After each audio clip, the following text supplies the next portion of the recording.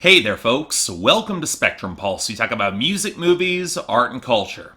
And today we're going to be talking about the newest album from Jason Isbell and the 400 Unit called The Nashville Sound. So as a general rule, I try to read a lot of music reviews after I finish up mine. Try to get a sense of the general discourse around an album and maybe for a little passive acknowledgement that I was at least on the right track when it came to some of my own artistic interpretations. And yet, in 2015, I don't think I read a review that missed the point harder than that of Something More Than Free by Jason Isbell. And if you know anything about that record's critical reception, you will all know exactly what publication put that review out. Now look, on some level, every critic is entitled to their own individual opinion. And it's not like Jason Isbell makes easy music, especially in alternative country, so you can kind of expect misinterpretations. But what I found a lot more exasperating and honestly a little bit inappropriate was the assertion that since Jason Isbell was a left-leaning alternative country songwriter and a longtime veteran of a number of different acts, that his album should be speaking more to the social ills and issues of the time to have any sort of relevance to the modern age, especially if it was as forward-looking as it was. Now, if you've all heard Something More Than Free, and I highly recommend you do, it's easily in the top 5 of the best records of 2015, and I stand by it to this day, you know that that wouldn't remotely fit in with the complicated and yet very deeply personal thematic arcs that were underscoring the project. And that said projection by the critic, that was pretty damn short-sighted and almost ignorant. But again, it's not like said publication is known for its well-considered or well-articulated points on country music, and yet despite all that, I get the impression that Jason Isbell might have been paying attention. Granted, considering the current American political climate and the fact that Jason Isbell was looking to kick back in some of the rock elements with the 400 Unit, his old band, this might have been an inevitable progression. But he's also a canny enough artist to pivot when he needs to, or in order to make a point. Which, of course, the said same publication then called this particular album a one-note backslide in their review, and also called him more of a pop songwriter, even despite him doing exactly what they wanted last time, so maybe he shouldn't have even cared. Or maybe he doesn't care at all, and I shouldn't care either, and after all, this is probably one of my most anticipated records of 2017. What did we get from Jason Isbell and the 400 Unit on that Nashville Sound? So, here's the thing. Upon listening to this record a good dozen times, I can actually hear what that other publication's current critic might have been referring to across this album. Because in comparing with some of the more abstract, story-driven paintings that characterize much of Southeastern and Something More Than Free, this record does indeed feel a fair bit more direct in its storytelling and narrative, and certainly a fair bit more aggressive. And I can see how that approach might be branded as more blunt, maybe even more simplistic. And on the surface, it might even be reminiscent of that haunting of the past that many would think that Jason Isbell put behind him on the previous album. Of course, with the acknowledgement of any sort of context, it all still makes plenty of sense and showcases yet again why Jason Isbell is one of the best in country industry. But if you're a critic for a highly respected publication, why bother with all that sort of necessary context on a distinctly political and personal record that still goes in a distinct direction in its own right? Right? Okay, you know what? I'll stop with all that. But the truth is that Jason Isbell occupies a distinctly unique place in modern country that I don't think is acknowledged enough. A storyteller conscious of thematic arcs and the personal details that inform his writing, but not all of his stories. But also a man who is still reconciling with a newfound family, personal anxieties, and a sobriety that means he must confront that, and progressive ideals that might feel common for some of us, but fly in the face of what many, even in alternative country, will hold to their ideals. That's one of the reasons why opening up the record with Last of My Kind is such a potent choice. Jason Isbell probably has more in common politically with those who live in coastal cities, but he's also acutely aware of how disquieting someone of his background might find that environment, where there just isn't the same sort of empathy towards the homeless, and an embrace of reckless hedonism that can further tempt him to lose his sobriety. And thus he highlights a very different kind of trap on Cumberland Gap, the sort of song that's cutting into the decay of small Appalachian coal towns that blends in the very real desperation and fear and rage that would inspire somebody to vote a certain way, although Jason Isbell's a smart enough songwriter to cut back a few songs later with White Man's World, which calls to task that level of privilege with a bluntness that you just don't see in country music. You see it in hip-hop, you occasionally even see it in pop, but country?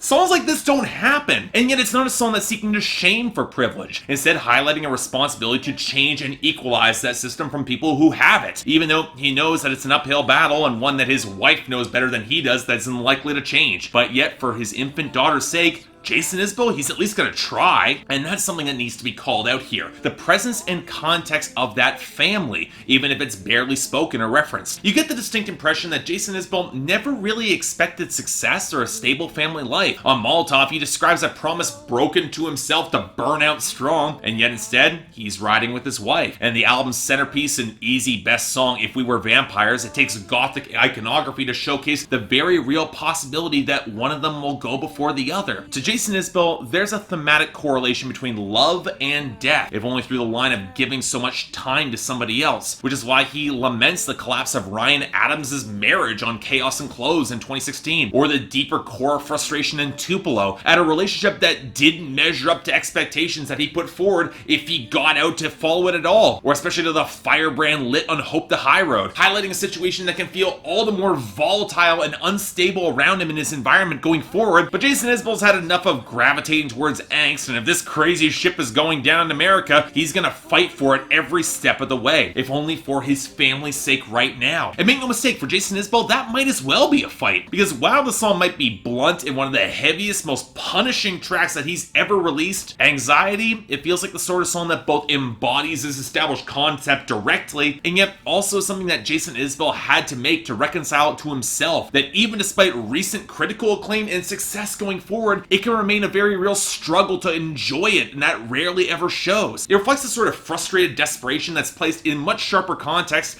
when family comes into the mix, and if you have to move past self-reliance. If you have people relying on you, that sense of security and place is all the more important. And Jason Isbell coming to the conclusion that his lack of place in that world can be endured, even if it can help a little bit to provide for his family in a world that he doesn't quite understand right now. There's an arc to that, and it reflects the wonderful sense of empathy that's always informed a lot of the detail in his writing. It's more direct now, sure, but when speaking to those closest to him, the importance and weight of hope in that message, it needs to be carried and it needs to be understood. And as such, it makes a certain amount of sense that Jason Isbell brought back the 400 unit for a meatier instrumental palette. And while producer Dave Cobb has always underwhelmed me a little bit with his work for Jason Isbell, here I really have no complaints. I love a lot of the production here. For one, I have to call it the moments of southern rock heft that are handled phenomenally well. There's real balance here, finally hammering out the tonal frustrations that have frustrated me about some of Dave Cobb's rock-leaning projects, which lends some phenomenal galloping groove to Cumberland Gap, echoing minor chords simmering across deeper tones on White Man's World, the crushing weight of Anxiety that might be the heaviest, borderline metal song that Jason Isbell has ever approached in recent years, to the more straightforward and welcome tones on Hope the High Road, with the swells of bluesy organ that comes through much more prominently behind Molotov, which is personally one of my favorites. And yes, you can make the argument that this record never quite hits the progressive majesty behind a song like Children of Children from Something More Than Free, or that Dave Cobb abuses a live vocal pickup for Jason Isbell more than he really needs to. His howl has plenty of edge and power, especially when backed up by his wife, Amanda Shires, but at the same time, the guitar tones are so full and organic. They carry some really well-balanced melodic grooves that plays off the bass lines remarkably well, and you can hear the bass lines. And when the record strips back to the fiddle on songs like Last of My Kind, Tupelo, and especially Somebody to Love, you remember that Dave Cobb is one of the best damn producers for strings and fiddle working today, perfectly capturing the ragged, supple tones that add that melodic accent unbelievably well, even stripped back to its barest on If We Were Vampires. And even there, the track picks up some haunted backing texture that's chilling in the best way possible. It is a marvel of a song. But at the end of the day, you know what? I'll be honest. I might like Southeastern and Something More Than Free a little bit more than the Nashville sound. Jason Isbell is such a detailed writer that there was a part of me that feels like this was a bit of a concession to directness. But at the same time, at a lean 10 tracks, Jason Isbell nails the emotional and thematic arc that trace of any softer indulgence would probably just feel out of place on this project. There is a sense of urgency to the Nashville sound, another side of Jason Isbell's writing and style that I will admit a part of me has missed in coming years. And when it comes to technical songwriting,